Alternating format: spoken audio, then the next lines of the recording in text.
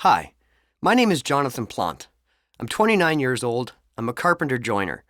What I like most about my job is working at heights. The adrenaline rush, working on a 2x4 30 feet up in the air, free with no harness. It's a perk. I love it. Wearing a safety harness isn't really for me. In my mind, people fall on construction sites because they're afraid of heights.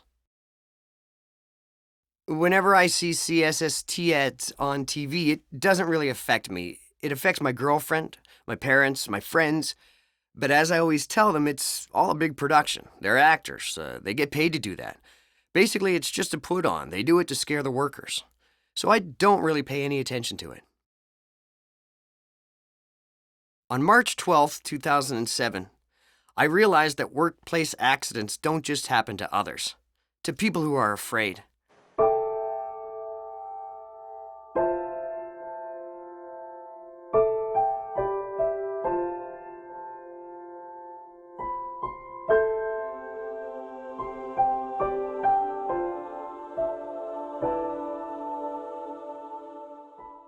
On the morning of March 12th, 2007, my accident happened before we started work. We were getting our tools out. I went up a ramp, a 2x10 from the ground floor to the second floor with an extension cord in my left hand and a box of nails in my right. When I got to the top, instead of stepping onto the second floor, I stayed on the ramp over the staircase gap. I threw the extension cord, and as I threw it, I dropped the box of nails. As I tried to catch it, I fell from the second floor down to the basement, onto a 2x6 that had an inch or two of ice on it. I landed on my back. My spine was broken. I dislocated 2 vertebrae and fractured one. My spinal cord was completely severed. So because of that, I'm paraplegic today. I have to use a wheelchair. Throughout the ordeal, I never lost consciousness. I think that was the worst part of it because until I got to the hospital and they gave me morphine, the pain was unbelievable. I knew my life wasn't in danger, but I still had no idea how things would turn out.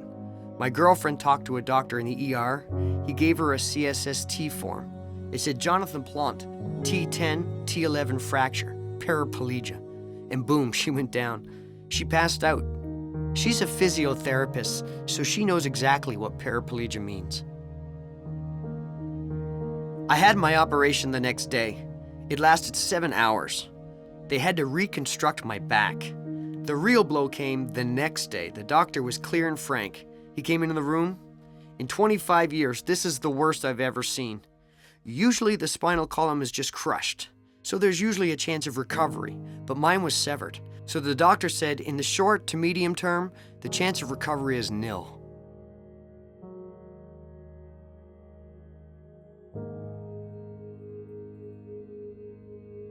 That's when my new life began, you could say, because I was actually in mourning twice.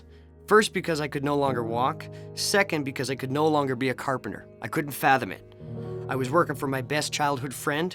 I had found the perfect career. So I really had to mourn the loss of that as well.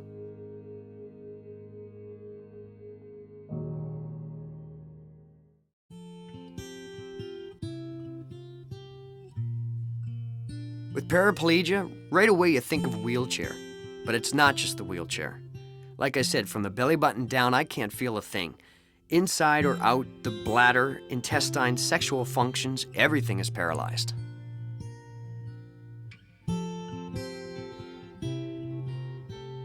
Now, all my friends think like paraplegics. Everywhere they go, they look and say, "Oh, okay, Joe can go there. No, he can't go there." So it's changed their lives too. It's been an adjustment. I've also had to learn to deal with people's stares. I can't count the number of looks I get in a day. You have to learn to live with it. That's another major impact, because it often makes some people uncomfortable. What bothers me the most is to see how this has changed the lives of the people around me. I'm a carpenter, but I can't even build my own house. You can't imagine how that makes you feel inside. It breaks your heart. You know down deep, I was the one who imposed this on them. by taking a chance, by acting like it couldn't happen to me. It wouldn't have been all that difficult to build a decent little ramp out of 2x4s. They're everywhere on a construction site. To build a safe ramp with a handrail. It would have taken 10 minutes. It's a bit selfish of me to take chances, even if I think it can't happen to me. My parents worry about me. My girlfriend worries about me. My brother, my sister, my friends. If you wouldn't do it for yourself, at least do it for the people who care about you. Every morning, my girlfriend would say, "Be careful, strap yourself in."